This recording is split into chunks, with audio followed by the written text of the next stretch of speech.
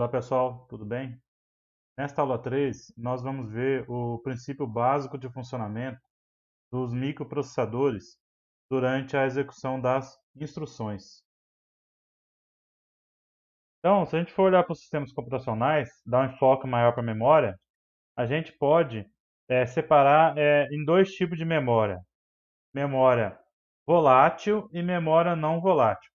Normalmente as memórias voláteis, a gente chama lá tudo, classifica como memória RAM, né? Então, quando a gente está falando aí de memória não, de memória volátil, a gente está pensando em termos de memória RAM. E as memórias não voláteis, normalmente a gente vê que está escrevendo memórias não voláteis, é costume a gente colocar memória ROM, né? Mas não, isso não significa que aqui tenha somente memória do tipo ROM. Pode ter todas aquelas classificações de memórias não voláteis. Por exemplo, PROM, EPROM, E2PROM. Então, apesar de escrever só a palavra ROM, a gente quer simbolizar aqui memórias não voláteis. Então, a gente pode separar aqui a memória no sistema computacional como memória volátil e memória não volátil. Se a gente for olhar nos sistemas computacionais mais simples, por exemplo, o microcontrolador, os dados eles são armazenados numa memória volátil, numa memória RAM.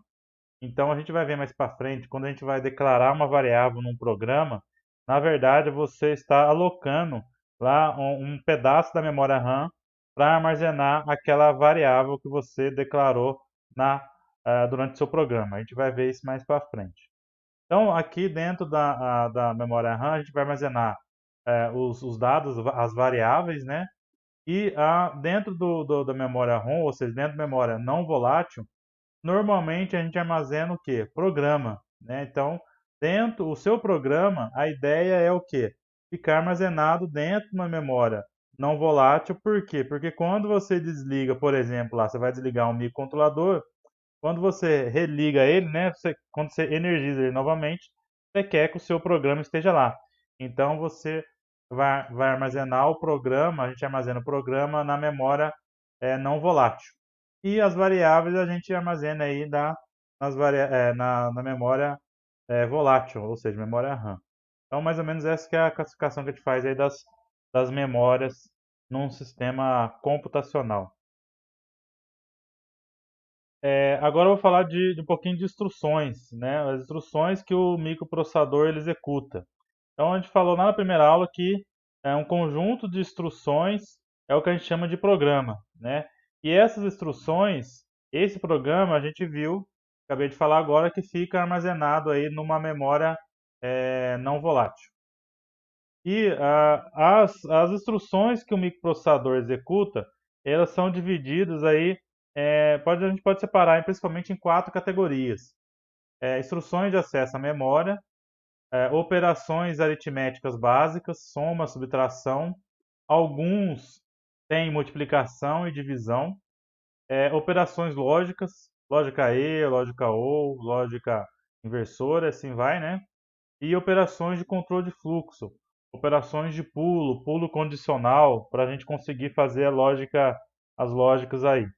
Então, normalmente a gente separa essas classificações das instruções que o microprocessador pode executar. Todas essas instruções que ele executa, elas são instruções, a gente tem que enxergar tudo como se fosse um número binário, né? O computador é tudo número binário. Se você olhar lá, todos os tipos de arquivo que a gente tem no computador, música, documento de texto, vídeo, qualquer coisa é armazenado na forma de o que? Número binário.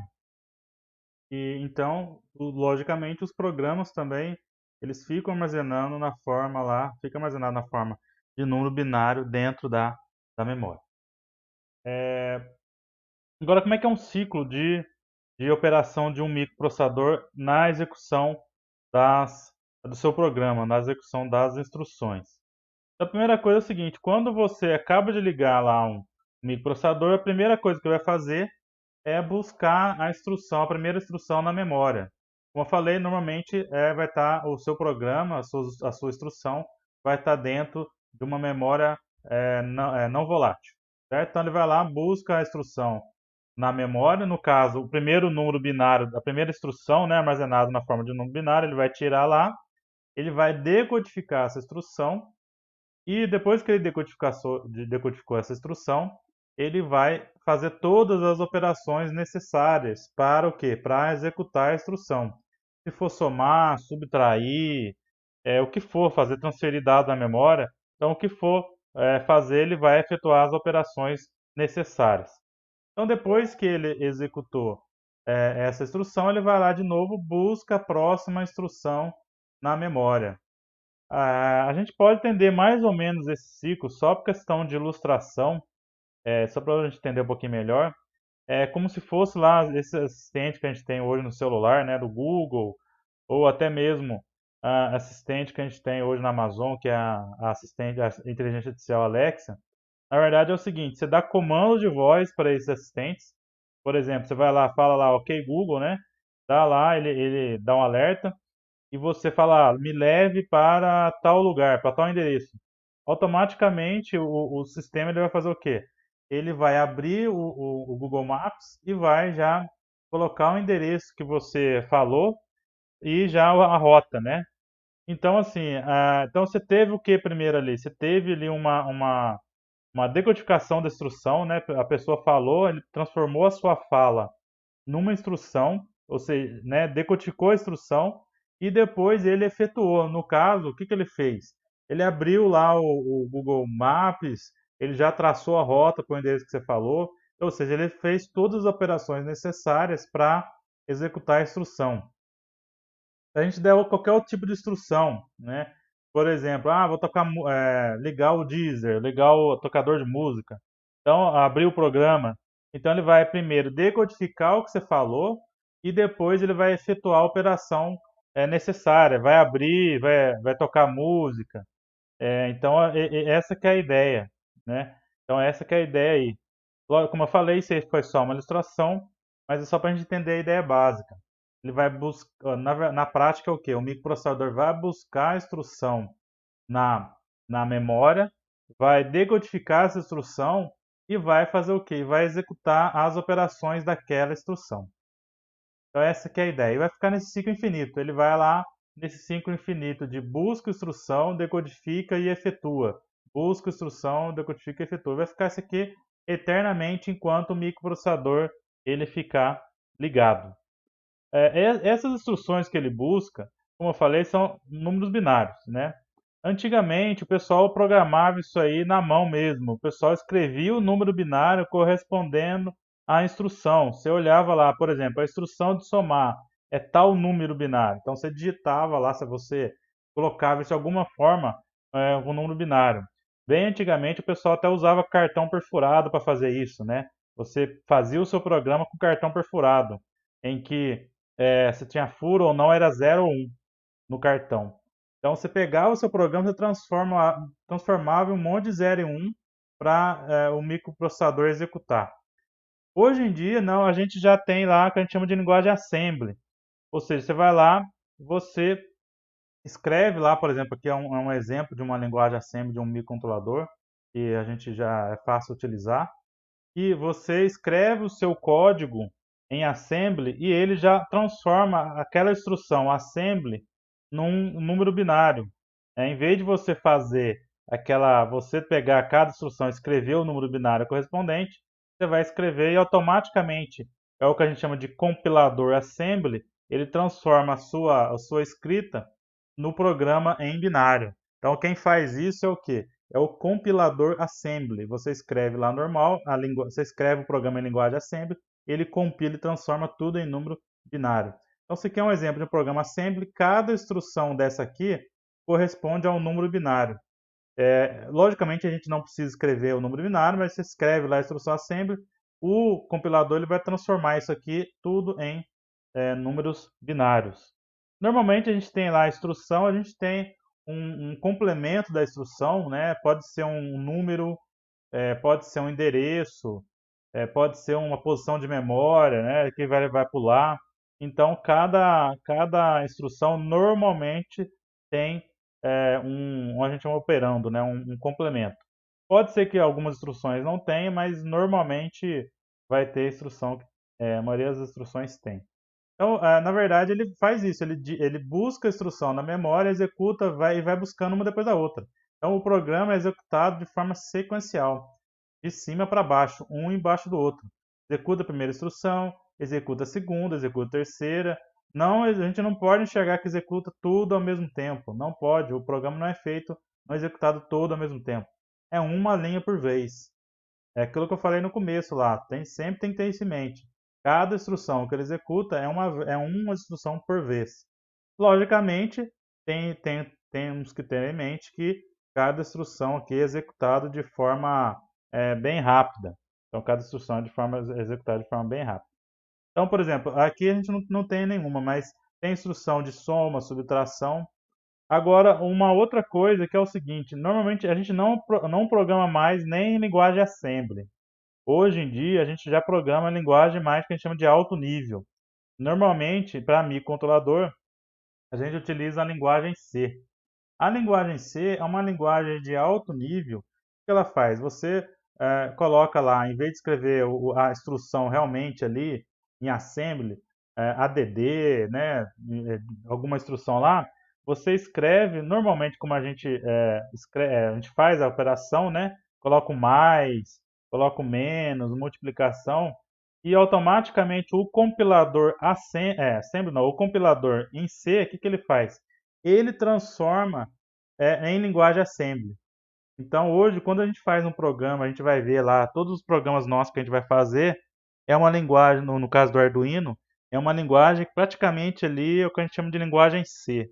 É o básico ali, a sintaxe básica ali é linguagem C. Então, a gente não precisa se preocupar em programar em assembly. Hoje, como eu falei, quase ninguém faz mais isso.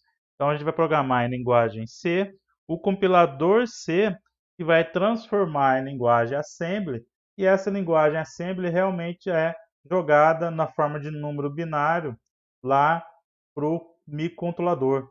Então, aí esse programa que a gente fez em linguagem C no computador é jogado para a plaquinha, no caso, para a placa Arduino, já em binário depois de ser compilado, certo? Então, por isso que a gente utiliza compiladores.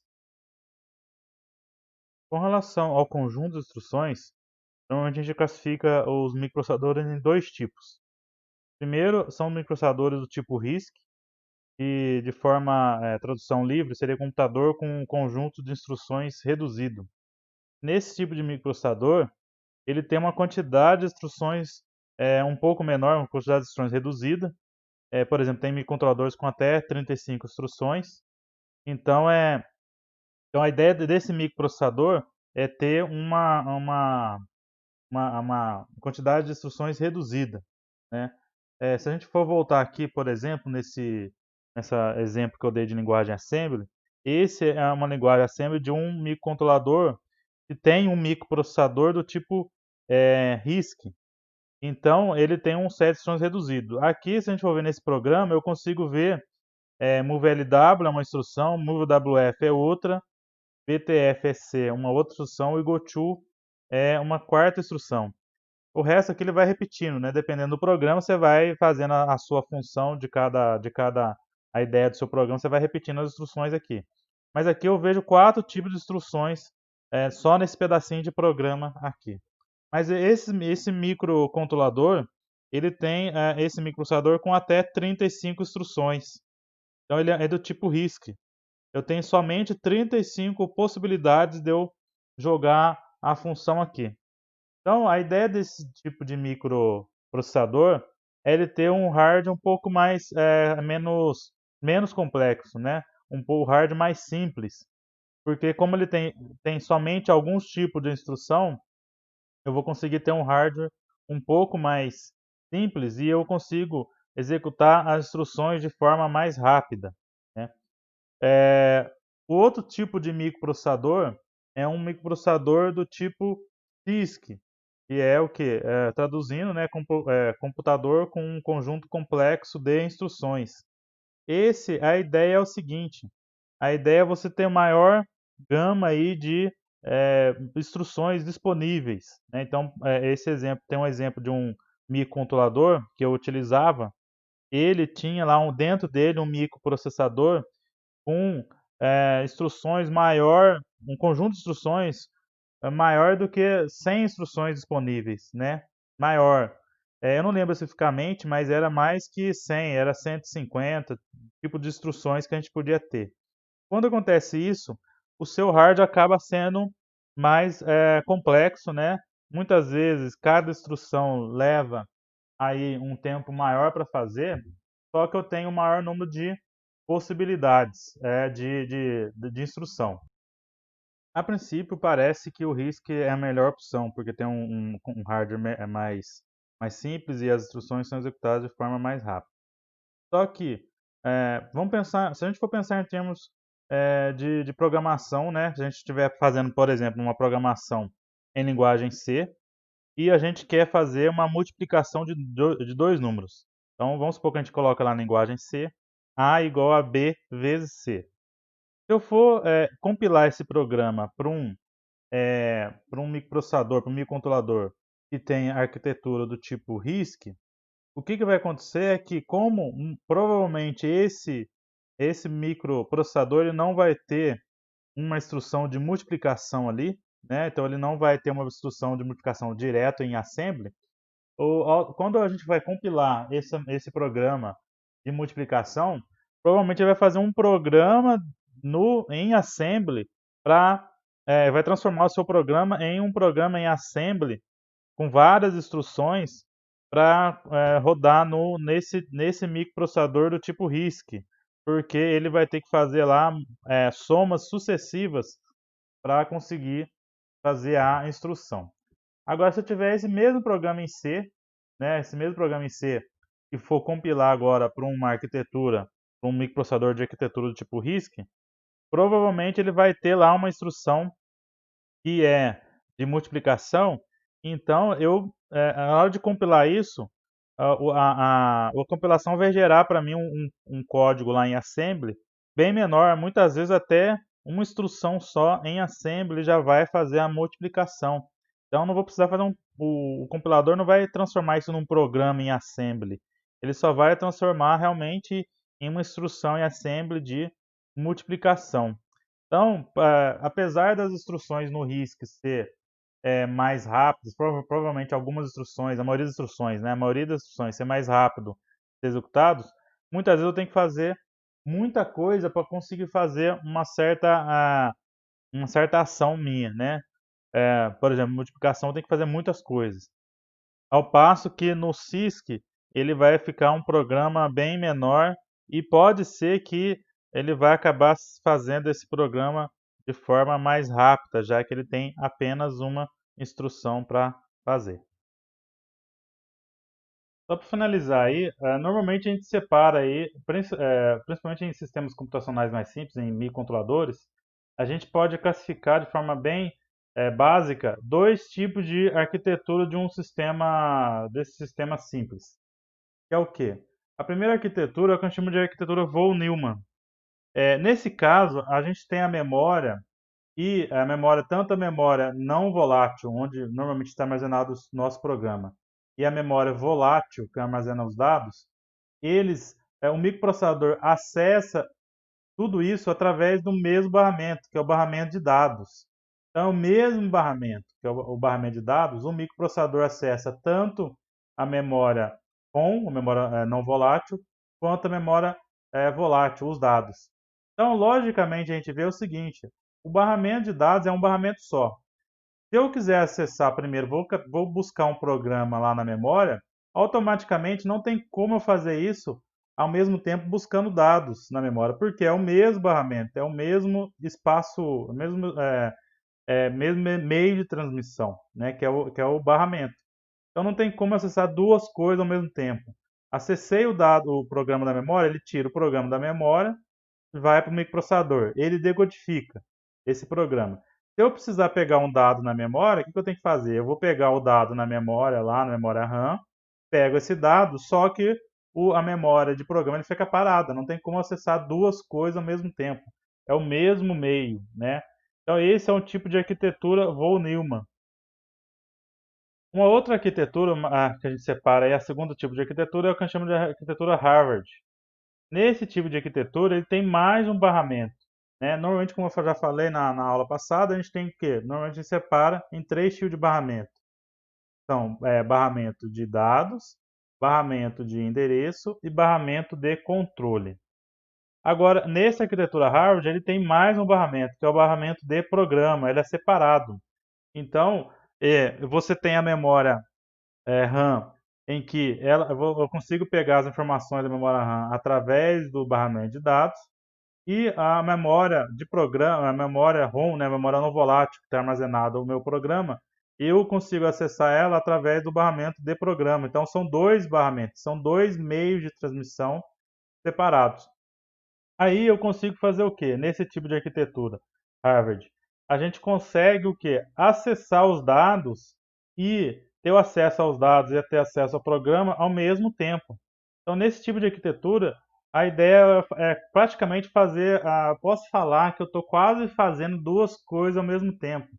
Por quê? Eu posso estar acessando o meu programa de uma instrução que eu quero pegar e ao mesmo tempo já pegar um dado de uma instrução anterior, né? Então eu posso estar fazendo 2 coisas ao mesmo tempo. Eu posso estar terminando de executar uma instrução anterior, pegando um dado lá, e ao mesmo tempo já conseguindo pegar a, a próxima instrução na memória, né? Memória de programa, na memória ROM. Então, eu consigo praticamente, vamos pensar assim, fazer 2 coisas, 2 ações ao mesmo tempo. Mas ainda a gente pode enxergar, apesar disso, eu gostaria que vocês enxergassem que o quê? Que ainda eu faço uma coisa por vez, né? Eu executo uma instrução por vez. Eu estou executando uma instrução, né? Só que eu estou pegando um dado, uma instrução anterior, mas ainda eu tenho que ter em mente que eu não estou fazendo 2 instruções ao mesmo tempo. Eu só ganhei um pouquinho de tempo, mas ainda eu estou executando uma instrução por vez. A gente pode pensar dessa maneira para não complicar aí. Ainda estou executando uma instrução por vez. Eu só aumento um pouco a velocidade da execução das instruções. Beleza? Então esses são os 2 tipos de arquitetura. É interessante a gente saber isso. Isso aí faz parte aí do conhecimento básico aí, quando a gente vai pensar em termos aí de sistemas computacionais, certo? Faz parte quando quem for estudar na área aí vai precisar desse conhecimento básico aí. Então é isso, essa aula era só mais simples, era só isso. Espero que vocês tenham gostado e até a próxima.